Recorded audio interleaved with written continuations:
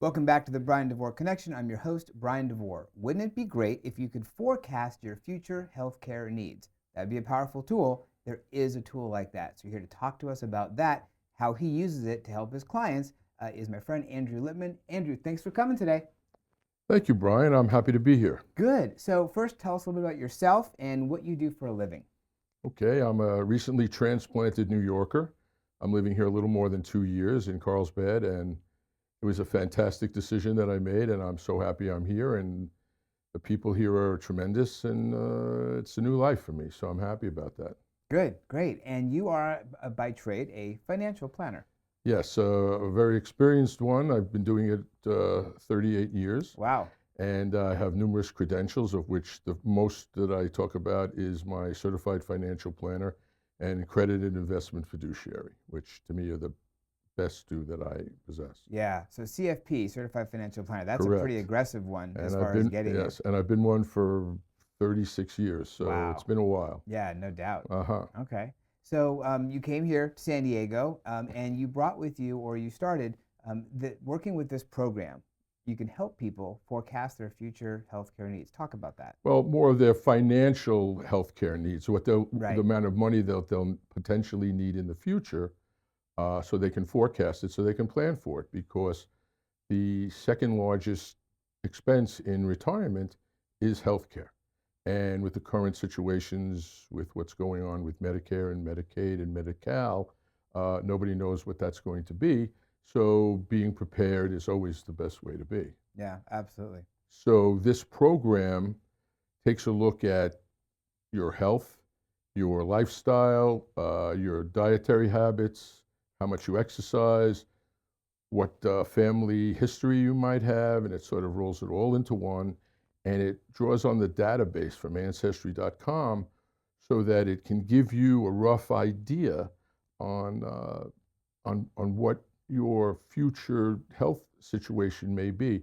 So it may show you in retirement, you may have 12 to 15 really good years, and then you're going to slow down. And then at some point, you may or may not need care. And it can go all the way out to over 100, depending on what your situation is. If you're in really good health, it's going to project that out that far. And again, at some point, most people are going to need care. Right. So how much is that? It varies depending on how many years and what their situation is. But again, to not be prepared or not know that this is coming is going to be a problem. Yeah. It's fascinating that it can take all that data, and now technology can really aggregate data, take a lot of information, and put out some good results. Obviously, it's still a guess. Oh, You yeah. never know, right? Well, I like this because it can tell you how much you could spend in early years and yet still have something left over, so that it sort of crosses over between health span, lifespan, and wealth span. And then the newest one is joy span. So if you want to really enjoy yourself in your early years, but you want to make sure that you're not cutting yourself short later on, or you don't want to be dependent, let's say, on your children or grandchildren for your health needs or just living needs as you get older. Um, these are the things that we have to consider. And then, so from this, we then sort of back into how is your money invested today? Right. And we look at all different things on, would we need to reposition assets? Do we need to change things? We need to be more aggressive. Do we need to downsize? What do we do with the money after you downsize? And then it gets into a little more of the weeds, but then that's what it's really all about. Right. But so I use this as a tool to help people, which is really my goal here. And if they want to engage me after using this, great. If they don't, I tell them to go seek their existing counsel and see what they can do there. And if they don't have counsel or they don't have a professional that they worked with, then by all means come back and talk to me. But I'm like Johnny Appleseed. I'm spreading this out there to try and help people. And the reaction has been pretty strong. So I appreciate that. And again, it's just doing the right thing for people, and that's kind of what I'm here to do. Yeah. So without this tool, when you're giving suggestions and advice to your clients, you're projecting out, that You know, if you live to this, if you live to this. But using this tool, you can really tailor it to them because they are likely to live to this age and maybe be in a certain health situation. Well, right. Well, again, this is a rough forecasting. Yeah. But then there are other sophisticated softwares that I use, which would be the next step, or even if they wanted to sidestep this particular one, you go into, again, it has to deal with the lifestyle that you want to lead, and to make sure that you have the money, and where you're going. I mean, you don't want to run out. Most people's biggest fears is running out of money. Yeah. They don't mind living too long, but you have to be able to maintain a certain lifestyle, or just to be able to stay in some of these lovely communities that are out here, and they're not inexpensive. So the idea of having the money to be able to live there and live out your years there would be a great thing. And if you don't prepare for that now, how are you going to do it? That's right. So think of some examples of how people may use this to their benefit.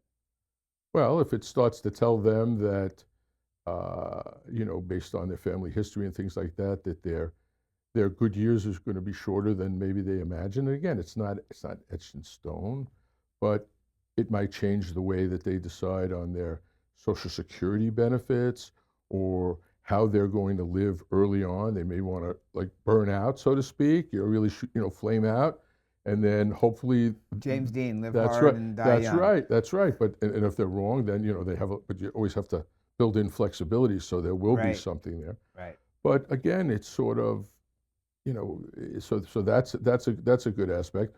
Or should they, downsize and sell their home and move into a community or move into a condo, and take that extra money and invest it wisely for the future, so that those assets are there and they reposition them accordingly, and you go forward from there. Yeah, a lot of different options. That's the whole idea. It opens a bevy of conversations. Yeah. That it's a window into the future. Yeah.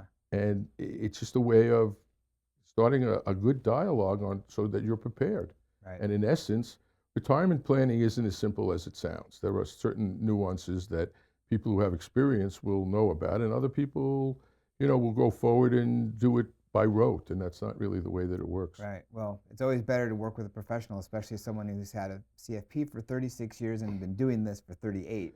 Well, exactly. And then again, I've seen, the ups and downs of the market, recessions, changes of administrations, and, yada, yada, yada. It's just, it all adds up, and I'm still having a really good time. So as long as I'm having a good time and I know that I can help people, I'm going to continue to do it. That's great. Oh, yeah. Well, it's just a lot of fun. Good. Well, Andrew's information is on screen. You can see his phone number, email address, and website. And it's really taking his experience and the holistic approach and some forecasting modeling to really be able to help people dial in the best situations for them for their future. Andrew, thanks for coming in and sharing. Well, thank you. And you encapsulated that really well at the end. I really appreciate that. And this was a great experience, Bryan. Thank you very much. My pleasure. Thank you.